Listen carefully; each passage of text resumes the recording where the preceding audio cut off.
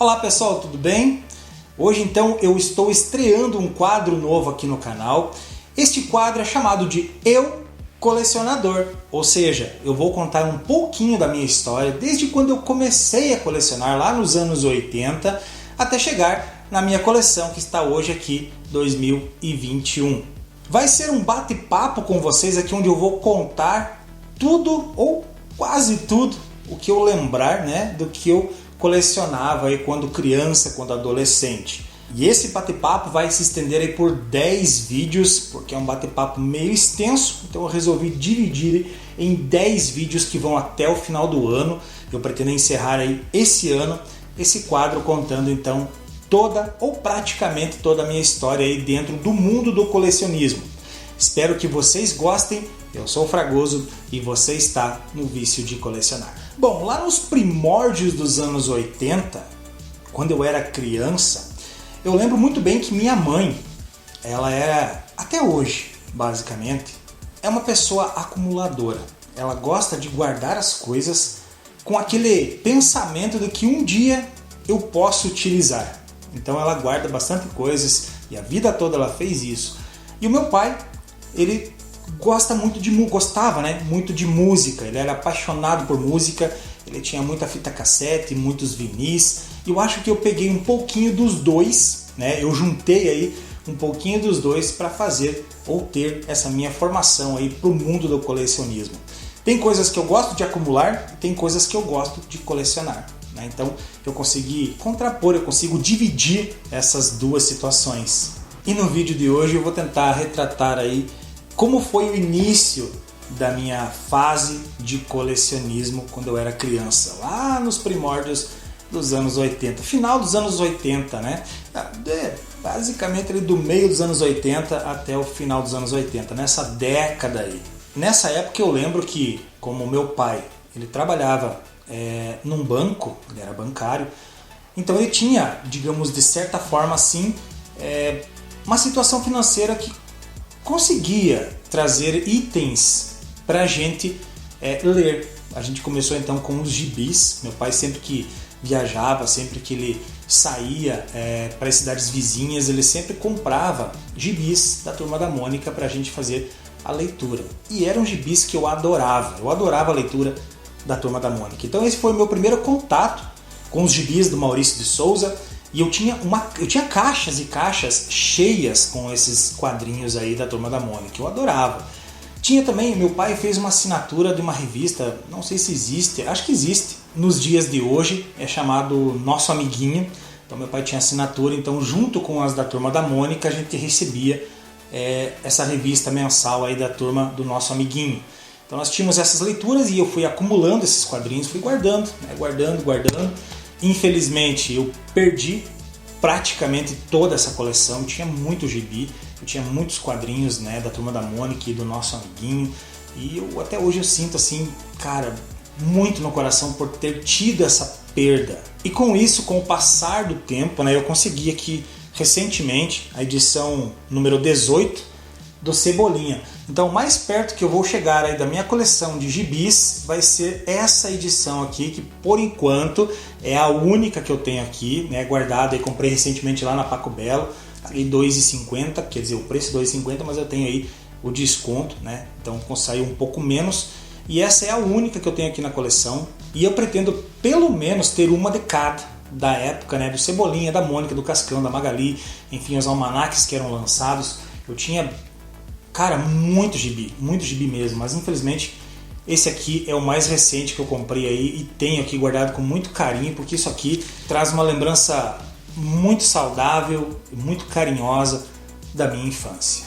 Lembro também que na época, quando eu era criança, as meninas tinham o costume de guardar papel de carta, aqueles papéis bonitinhos, enfeitados, não sei se vocês conhecem, eu acho que basicamente 80% das pessoas hoje em dia não conhecem mais papel de carta, até porque hoje em dia a gente já até evoluiu, ia falar do e-mail, mas o e-mail praticamente ainda não é tão mais utilizado quanto os mensageiros instantâneos, o WhatsApp, o Messenger, enfim, esses meios de comunicação mais instantâneas. Então antigamente a gente usava escrever cartas, eu peguei essa época ainda de escrever cartas, escrevi muitas cartas, recebi muitas cartas também, e isso era legal. Mas enquanto as meninas colecionavam esses papéis de carta, que eram lindos, até por sinal, muitos bem legais, nós, meninos, colecionávamos o quê? Na época da escola, muitos chaveiros. Eu não sei vocês, mas eu colecionava aqueles chaveiros quadradinhos, quer dizer, retangulares, né? Que você apertava em cima um botãozinho, ele abria e a gente ia encaixando. Na minha época, era moda a gente fazer correntes de chaveiros. A gente emendava um chaveiro no outro e fazia correntes ali, colocava na mochila, colocava, né? Levava para a escola. Eu tive muitos desses chaveiros roubados, né? Os meus colegas entre aspas, porque eram alunos de turmas, digamos, alunos mais velhos, né, de outras turmas lá, que acabavam fazendo isso tanto com os chaveiros quanto as minhas bolas de gude, né, as bolicas também que eu tentei colecionar, infelizmente foi um hobby que eu não consegui, até porque eu ganhava e perdia, né, jogando, então não virou uma coleção porque eu não conseguia guardar, eu sempre jogava, usava todas elas, então eu acabava perdendo, trocando, vendendo, ganhando outras no lugar, e assim não teve uma coleção fixa das bolinhas de gude, mas eu tive muitas na minha infância e adolescência. E uma outra coisa que eu tentei colecionar, mas infelizmente era uma coisa que era muito descartável. Hoje em dia as pessoas nem olham isso como uma forma de coleção, que eram as tampinhas de garrafa. Tinham tampinhas premiadas, tinham tampinhas que tinham imagens, desenhos dentro das tampinhas, então eu acabei colecionando algumas, até porque eu vou contar uma historinha bem rapidinha aqui. Meu pai, ele tinha uma lanchonete na época, né, quando eu era adolescente, ele tinha uma lanchonete e quando chegavam os caminhões que trazem a bebida, né, eu acabava abrindo mais, quando eu atendia a lanchonete do pai, quando eu ficava sozinho, quando meu pai precisava ir no banco, precisava sair para a cidade vizinha, então enfim, né, eu acabava abrindo algumas garrafas escondidas só para ver a tampinha, para ver se tinha prêmio ou se tinha itens, porque tinha algumas tampinhas, agora eu não vou me lembrar a marca do refrigerante, não vou me lembrar que tipo eram as figurinhas, mas eu lembro que tinham tampinhas que tinham figurinhas na parte de dentro estampadas ali. E tinha, se eu não me engano, uma época de Copa do Mundo também tinha, eu não vou me recordar agora, mas eram tampinhas lindas e que eu tentei colecionar. Eu comecei a guardar aquelas tampinhas, eu achei maravilhosas, eu guardava com muito carinho essas tampinhas. Mas tampinhas, você sabe, né? Tá lá em casa, guardadinho no lugarzinho, a mãe tá fazendo faxina, acha aquilo e joga fora, porque são tampinhas. Quem vai guardar tampinhas de garrafa? Eu guardava.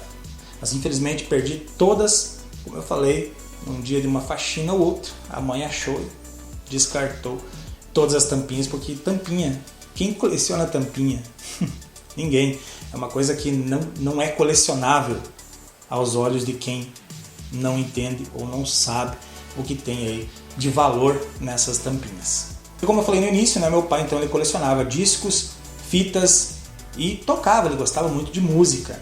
E colecionar esses itens e esse talento que ele tinha me levaram a seguir com as coleções, que em breve eu estarei voltando aqui para contar mais um pouquinho desta vida do eu colecionador.